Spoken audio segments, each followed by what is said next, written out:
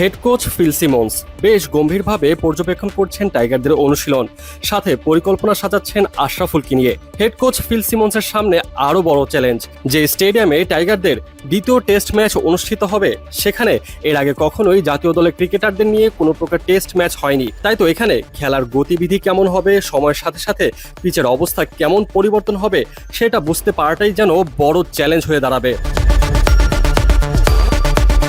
তবে এই চ্যালেঞ্জ গ্রহণ করে টাইগাররা পুরো দমে শুরু করে দিয়েছে অনুশীলন। একটা জিনিস স্বীকার করতেই হবে, এই স্টেডিয়ামটার সৌন্দর্য ভাষায় প্রকাশ করার মতো নয়। বেশ ছিমছাম এবং সৌন্দর্যে ভরপুর এই স্টেডিয়ামে আগামী কয়েকটা দিন কঠিন লড়াইয়ের মধ্যে দিয়ে যেতে হবে টাইগারদের। সেজন্যই তো দলের সবাই সাজাচ্ছে পরিকল্পনা। এই যেমন পিচের পাশে দাঁড়িয়ে গভীর আলোচনায় মগ্ন শান্ত ও হাবিবুর বাশার। পিচের ধরন কেমন হবে সেটা নিয়ে চলছে পর্যালোচনা।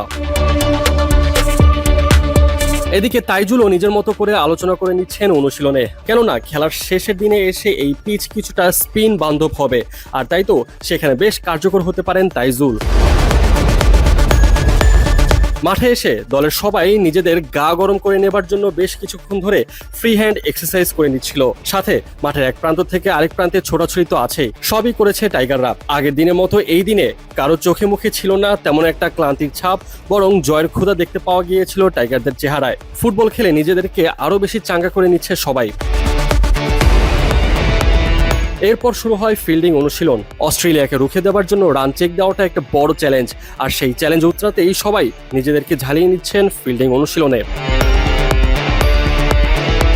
অপরদিকে দেখতে পাওয়া যায় ব্যাটিংয়েও বেশ সিরিয়াস টাইগাররা। নেটে একাধিক জায়গায় একাধিক ব্যাটার নিজেদের মতো করে ব্যাটিং অনুশীলন করছিলেন।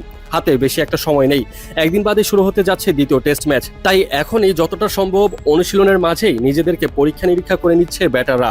বাদ যায়নি বোলাররাও, তারাও নিজেদের দুর্বলতা কাটিয়ে ওঠার জন্য অনুশীলন করছে, আর সেটা গভীর মনোযোগ দিয়ে পর্যবেক্ষণ করছেন মুস্তাক আহমেদ।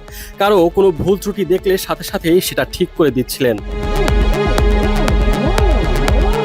অনুশীলন শেষে কথা বলেন হেড কোচ ফিল সিমন্স। সেখানেই জানান দ্বিতীয় ম্যাচে অস্ট্রেলিয়া কতটা ভয়ঙ্কর হয়ে উঠতে পারে বাংলাদেশের জন্য। তিনি বলেন,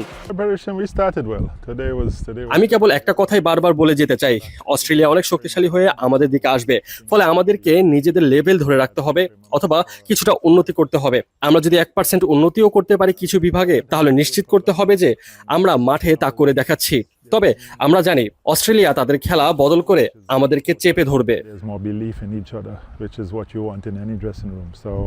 That's been very good, and the reason why we seem to be playing better every time we play Test cricket, so it's good. The environment is really good.